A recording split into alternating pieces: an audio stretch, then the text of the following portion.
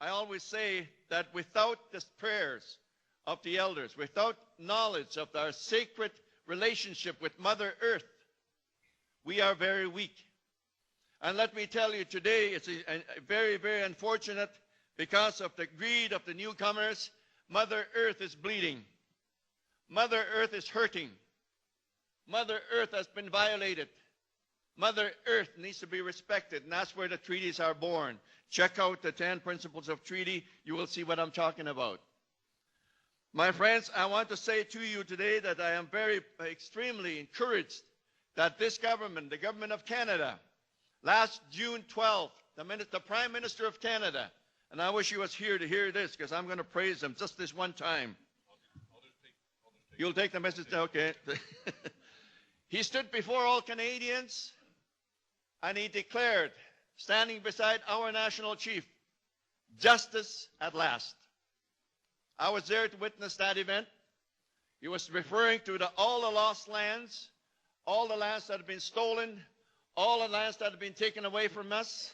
He said, we will set aside a reform bill, a reform process to put together specific claims reform. And we will also set aside $250 million to look after specific claims, to clear out the backlog. And he also said we will appoint a very senior level commission, a committee, task force, to actually implement this process. And I notice some of the members of the Department of Justice are here. Welcome. Thank you for being here. And also a member from the Prime Minister's office. And my honorable friend, the regional chief from the BC region, Chief Sean Attlee, who co-chaired that process along with Bruce Carson. And of course myself and the legal people from the AFN got together. We met every 2 weeks. We put together legislation that is going to compel the Government of Canada bureaucrats, senior level bureaucrats. They can't come to our meetings anymore to say, I don't have a mandate to talk treaty. That's all you hear. Where's Riel? I don't have the mandate to talk treaty. So that is the reality. But with this legislation, if it goes through, they will have a mandate to talk treaty because it's supported by legislation. And there's also a fund set aside to actually clean up the backlog of claims that have been there for many, many decades. My friends, I am hoping that the Government of Canada, with the blessing of the elders and the chiefs of Canada, will look at that process as an example where two bodies, the Government of Canada and the chiefs of Turtle Island, will sit together based on mutual respect and form and find a vehicle that will actually carry that forward to implement treaty promises. We have waited too long. We want to get moving.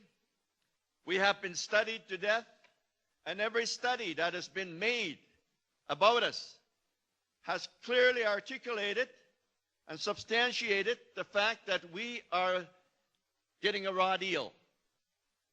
We are getting a raw deal from the treaty promises that are made. There was RCAP, the Royal Commission on Aboriginal Peoples. Very little, if anything, has been implemented. The Penner Report, some of you remember that, self-governance. We also had the Lynn Report, the Justice Report, clearly indicated that we're not as equal as others. The Justice Reform Commission of Saskatchewan, the Stonechild Inquiry, the Romano Report, the Kirby Report, all these reports, including statistical information, including education reports, are clearly told Canada and the world that the First Nations people of Canada have got a raw deal. I am pleased that the Minister of Indian Affairs is here actually to listen to us, and I really respect the fact that he made time to come and sit with us and also hopefully take home to his colleagues in government that we need to do something, and the way to do it is sit together based on mutual respect, mutual understandings, and acknowledge and also respect the prayers of the elders, their traditions, and also the leadership's pleas for equal opportunities, not only in social development but economic development. My friends, this young lady has told me I got 5 minutes, but in Saskatchewan, 5 minutes translates to 15, so I'm taking up that privilege to do just that. I just want to close my comments by saying thank you to the elders that met for the last 2 days. The elders, I had the privilege of sitting with them, and some of the things that they talked about clearly. No one but elders can actually articulate these realities because they've lived it. Two views of treaty, they say. Two views of treaty, the spirit and intent, and the written treaty documents. Ours is the oral tradition. Ours is what the elders have passed down. And on the written context, the treaty marginalizes the realities and those promises that are made. They put caps on funding. That is not what they promised under treaty.